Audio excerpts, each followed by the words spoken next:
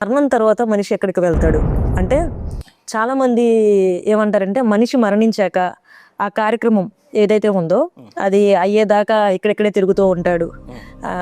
మంచి చేస్తే కనుక అతను స్వర్గానికి లేదా పరలోకానికి వెళ్తాడు. ఒకవేళ చెడు చేస్తే తీరని కోరికలతో అతను మరణిస్తే అతని ఆత్మ ఇక్కడిక్కడే తిరుగుతూ ఉంటది ఆ కోరికలు తీరేంత వరకు అని.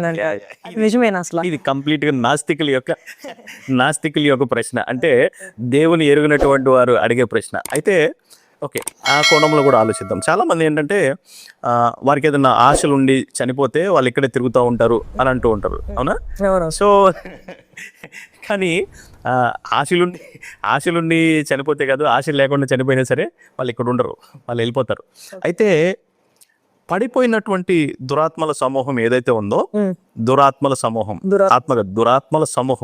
ఈ దురాత్మల సమూహం ఏదైతే ఉందో అది వాళ్ళ యొక్క చనిపోయిన వారిది ఏదైతే స్పిరిట్ ఉందో ఆ స్పిరిట్ ప్లేస్ లో వీళ్ళు అప్పుడప్పుడు అపేర్ అవుతూ ఉంటారు. అంటే వాళ్ళు అది వాడుకొని నేను పలానా అని చెప్పి అపేర్ అవుతూ ఉంటారు. బేసికలీ ఎవరైతే చనిపోతారో వాళ్ళు వెంటనే కొనుక్కోబడతారు. కానీ పడిపోయినటువంటి సమూహం ఏదైతుందో వాళ్ళు దీన్ని వాడుకోవడం జరుగుతుంది. అందుకని అంటాడు మీరు పోరాడుతుంది శరీరులతో కాదు అంటాడు. శరీరులు అంటే ఆత్మలు అని, ఓకేనా? ఆత్మలు, ఏ ఆత్మలు? పడిపోయిన ఆత్మలు, ఓకేనా? వారు వీరి యొక్క రూపాన్ని ధరించుకొని వచ్చి కనిపించడం జరుగుతూ ఉంటుంది అప్పుడప్పుడు.